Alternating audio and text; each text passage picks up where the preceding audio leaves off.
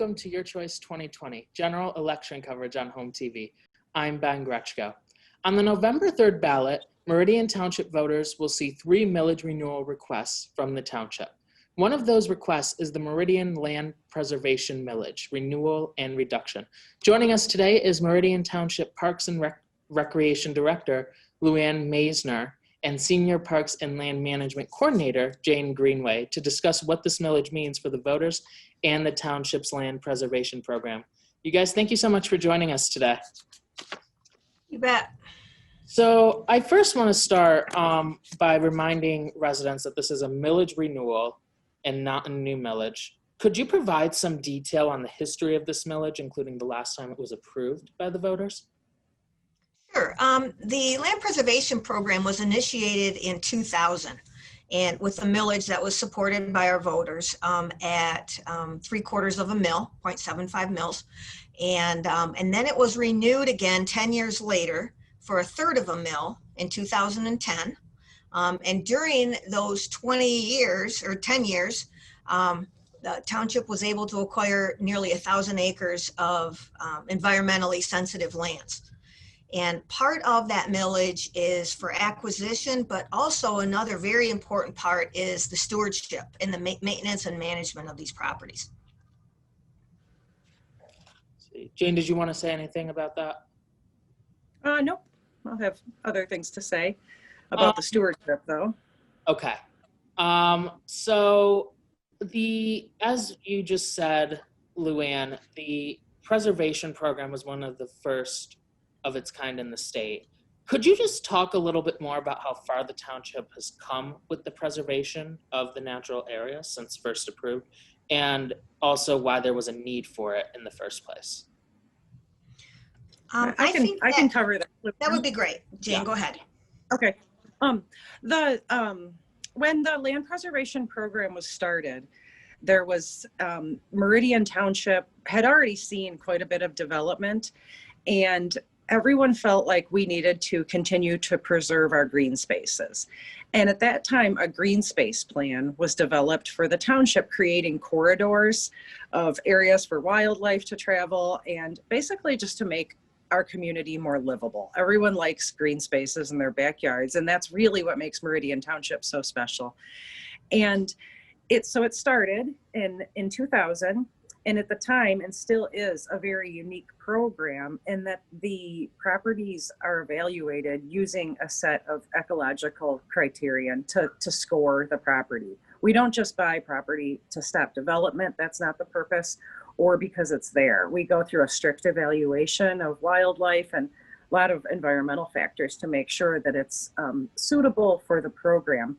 But the best thing that's come out of this program, and I think it's something that no one ever envisioned 20 years ago, was the extent of our community stewardship. And we had always said, oh yeah, we want some volunteers to do stuff, but it's really taken on a life of its own. We have worked with probably over 10,000 school children in the past 10 years, having them plant native trees, flowers in our parks and preserves, invasive species management. We work with so many Boy Scout and Girl Scout groups. And from just kind of a community perspective, we're creating our future citizen stewards. And so, yes, we're protecting the green space to make it more livable, but we're also a huge part of this that just evolved organically was having so much community involvement, particularly with the young children. And so our goal is to touch every school in Hazlitt and Okemos so that we can get these kids involved. And once they're out there, they love it. They will all say, this is the best thing they did all year. The teachers say they were more excited about doing this than Halloween or whatever, exciting things are going on in normal years. So that's just been such an exciting side benefit to the land preservation program. I'm just curious, speaking of the stewardship program, if you could talk a little more about like what other things people who are stewards get out of it. Well, so there's an expression that if you don't understand something or if you're not educated about it, you don't really appreciate it. So you might drive by, a wooded area every day in your car, and that whether you know it or not, it mentally makes you feel better just to be around green spaces. It's just good for the soul. But if you get out of the car and go into these woods, it's like you're in a whole different world, especially right now in the fall. It's just so mentally rewarding for us as human beings. And so even if you're not, super into ecology or these things, it's just a beautiful place to go for a walk and to get a little bit of exercise. And we have never seen the value of these parks and preserves more until this year with COVID. And our numbers are, I believe we may have lost Jane. My hope is hopefully she'll come back. So for now, we will come back to Jane when she gets back. But LuAnn, if you could, my next question was going to, oh, wait, hold on. There we go. You're on mute, Jane. Mute. it's probably good that I was on mute. Okay, so there's such an inherent value in getting outside, and during COVID, we have seen that even more. The parks and preserves have just been so busy, and people have been exploring all of these preserves and parks, and it's such a wonderful benefit of living in Meridian Township, that you have 1,000 acres of preserves and 1,000 acres of parks to ramble around in. So just with the added preserve, please excuse me if I have the years wrong, but I believe the last time it was passed, Millage Renewal was passed, it went from 600 acres of land to just over 900 acres. So I'm just curious as to, with the added acres, if there's just overall, not just from COVID, but just overall, if there's been more of an awareness of the acres, more attendance, things like that, like the land preservation. I think so. I think that more people notice the green spaces, particularly when we put up signs that say land preserve area. Then we start to get more phone calls saying, hey, what's going on here? And what's so special about this preserve? And they call our office, and we have a lot of documentation and management plans that identify some species or some interesting features. One of our land preserves has a glacial came, which is a pile of sand essentially, but it's left over from the glacial age. So there's just interesting little features on all of our land preserves, whether it's flora or fauna or glacier features. So it's definitely, they're getting more and more popular. And every time we bring the children out into the preserves on a field trip, they then go home and tell their parents, and the parents will call us and say, I didn't know this was here. This is just an incredible resource to have in the township. So the ballot language calls for a reduction of the millage, and a pretty good size reduction as well. So why and how will this reduction affect the maintenance of the over 900 acres of the land within the preservation program? Jane, I can take that. So early on in the millage, when the millage rate was much higher, the focus was on land acquisition. And as the years have gone on, in the beginning, I believe you're right, the first 10 years was 600 acres. We've added nearly 400 acres in the last 10 years since 2010. And, but there's been stewardship that has partnered along with the acquisition, but now we're moving more into the maintenance and stewardship phase. Not to say that if there's not a property available that we wouldn't take a serious look at it, but for the most part, our acquisition phase is over, and we are really moving strongly into the stewardship, management, and maintenance of these properties. We have a land stewardship coordinator, Emma Campbell, and she actually is putting together a conservation corps program that really works to engage. I know Jane was speaking of the school children that we've been able to engage in place-based learning opportunities through the land preservation program, but also we're working with adults and families And we are so fortunate here in Meridian Township to have so many experts from either Michigan State University, State of Michigan, DNR, DEQ, or Eagle. And so we've been able to bring in many of these experts to help us and help our properties become better, and stewardship and making them more healthy. You know, obviously our end goal is to improve our water quality, our air quality, and our livability of our community. And that's really the basis of this program. And like I said, it started out at 3/4 of a mil. It went down to 1/3 of a mil. But in order to move forward and to continue to move forward with our maintenance and stewardship and tree planting, we've planted thousands of trees thus far in our preserves as well. And so in order to maintain and continue that, the request is for 1/10 of a mil. It will generate approximately $186,000 a year. And we have a 10-year maintenance plan in place. And our expenses for that are about $200,000 a year.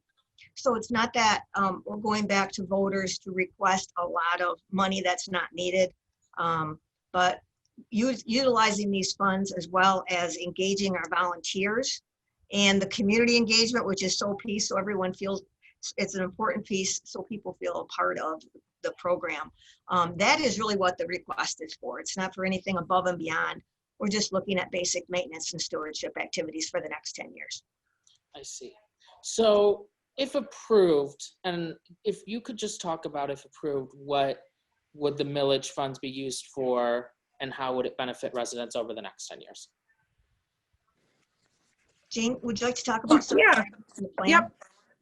So a large part of it's basically natural resource management. So we have a lot of these green spaces, and a lot of them were acquired because they have really special oak trees or just valuable species.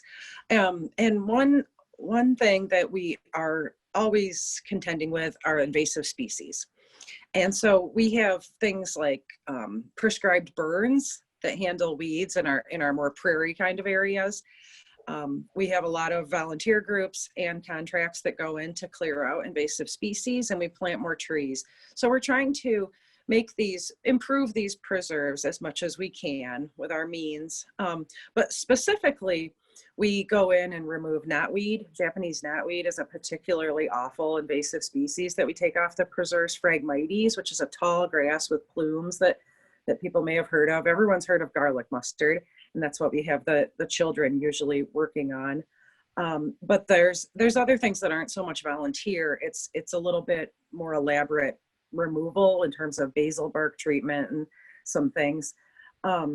So prescribed burns, planting trees, a lot of work days. We also do deer management, which is a part of our ecological management for the preserves, because the deer are over browsing so much in our parks and land preserves. And what they do is for example, they eat a lot of the oak saplings. So oak trees aren't regenerating like they should be. Let's see, we plant native grasses, forbs. We have kids throwing seed balls with native plants into our parks and land preserves. We put up signs that educate people on the flora and fauna. And so those are kind of like the more detailed things, but overall we're trying to manage these plans to improve them so that they're healthy ecosystems for not just the birds and the bees, but the human beings as well. Could you talk about the feedback that you've received over the years from residents and township officials on the preservation projects? I am so grateful that we have a community that is in such support of what we're doing. And I think it really speaks to our community's values, and that this millage has been supported so many times for the past 20 years. And we know that voters are asked a lot of taxes and asked a lot of millages. And so we get a lot of phone calls of support, thanking us for all of our work, seeing how they can help. And it's just, personally, I think it's just very rewarding that people place such a high value on our parks and preserves, and they recognize that that's what makes this such a great livable community. Okay. And a lot of people want to know, if the millage is not renewed, what will that mean for the land preservation program? Well, even though our maintenance activities are fairly modest, even at the $200,000 annual expense for us, I guess really what would happen is there is, in the first 10 years of the program, there was an endowment fund created with part of the millage revenues that were generated. That endowment actually generates around $30,000 to $35,000 a year. And so when we looked at the 1/10 mil plus the endowment revenues, that would get us to nearly $200,000 that is required as we move forward with our plans for the invasive species removal, for restoration of sites. And so if it did not pass, I guess we would have a very difficult time moving forward and actually maintaining these properties. We do own them in perpetuity, and the sooner we can get to them and remove the invasives and restore those areas, the healthier that they will be, the healthier our wildlife will be. And so it's just, there's a plan in place. We have these properties. When this millage was initially passed, there is an expectation, I guess I would assume, that these properties would be managed. And I guess without the funds available, then that would be difficult to move forward with.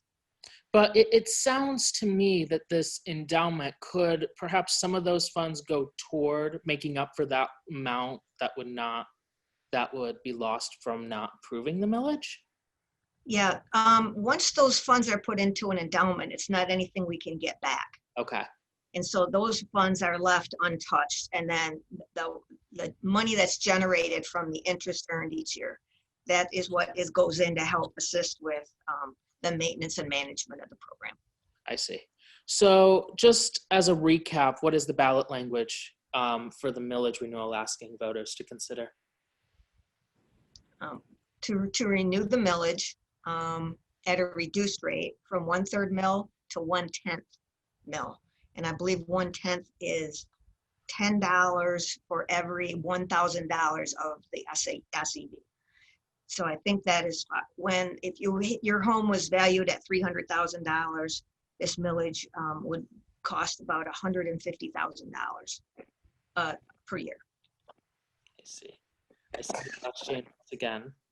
There she is. There we go. We're almost, my last question was if there's anything you guys want to add regarding the impact the millage has on the township preservation program, or if there's anything you believe voters should be aware of when casting their vote. I don't have anything specifically about the millage, but I would just like to say that residents should go on the website, look at the map of where the parks and land preserves are. We try to have them evenly distributed throughout the township. And if they would ever like any advice on one to visit, to please call our office, 517-853-4600. If you want to know the best one to walk your dog, to go on a picnic, to take your grandma on a walk, to take your kids for a photo shoot, we're your people to call. So there are just so many incredible resources out here, and people will say, I didn't even know this was here. So please don't hesitate to reach out to us, and we'll set you on your way for a happy visit. And I guess in closing, from my perspective is, we just need to be careful that we're not encouraging people one way or the other. We're just really here to provide the facts. But as you could see, we're all very passionate about what we do here in the community and how important the environment is. And we've been entrusted with a lot from our residents. And we just really want to make sure that we can continue to meet their expectations and hopefully exceed their expectations. So that's really the message is, there's land here and we're really working hard to maintain it and manage it as best we can. Okay. All righty. LuAnn, Jane, thank you guys so much for joining us. Really appreciate it. Thank you. Thanks, Ben. And thank you very much for being with us, for your choice 2020, the general election interview on Home TV with Meridian Township Parks and Recreation Director LuAnn Maisner and Senior Parks and Land Management Coordinator Jane Greenway about the land preservation millage renewal and reduction. I'm Ben Grechko, inviting you to watch live general election night coverage on Tuesday, November 3rd, right here on Home TV.